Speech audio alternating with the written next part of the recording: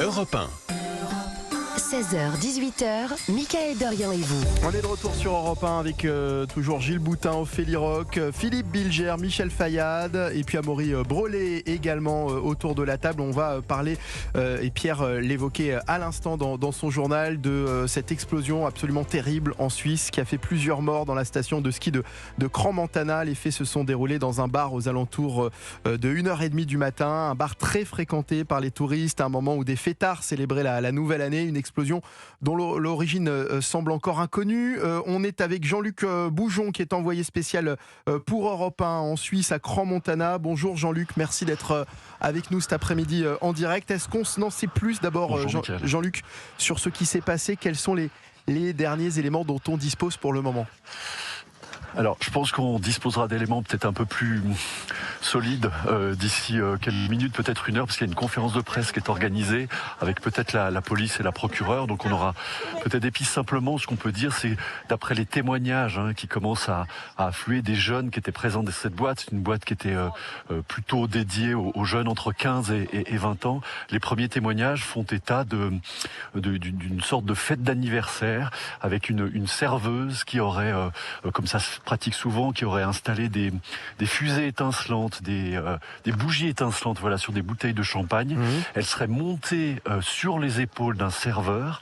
Donc forcément, les étincelles auraient léché le bois du plafond. On nous a raconté que le plafond était assez bas puisqu'on était dans un bar en sous-sol et le feu serait parti extrêmement vite.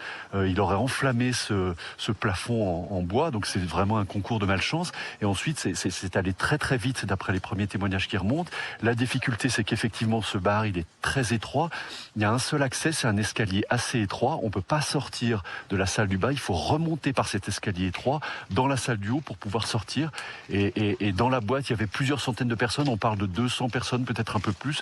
Donc évidemment, le temps que tout le monde sorte, il y avait de la fumée, il y avait des flammes. Ça a été la panique. Il y a beaucoup de gens qui ont essayé de casser des vitres sans succès. Bon, certains ont réussi à s'en sortir, d'autres ont été brûlés. Ça a été quelque chose d'assez rapide et d'assez terrible, d'après ce qu'on nous décrit.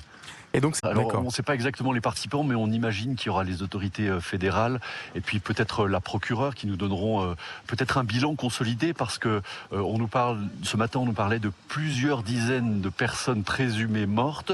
De sources officieuses, les médias suisses parlent d'une quarantaine de personnes, peut-être un peu plus décédées, une centaine de blessés, dont beaucoup le sont grièvement.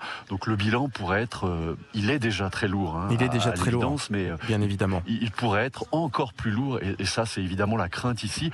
Dans cette station, faut vous décrire quand même ça. On est dans une station huppée, il y a de beaux chalets, de beaux immeubles. Et puis, il y a cette rue centrale qui est complètement barrée, complètement bâchée. Évidemment, c'est là qu'était ce bar, la Constellation, qui était une sorte d'institution de la vie nocturne de Crans-Montana. Oui.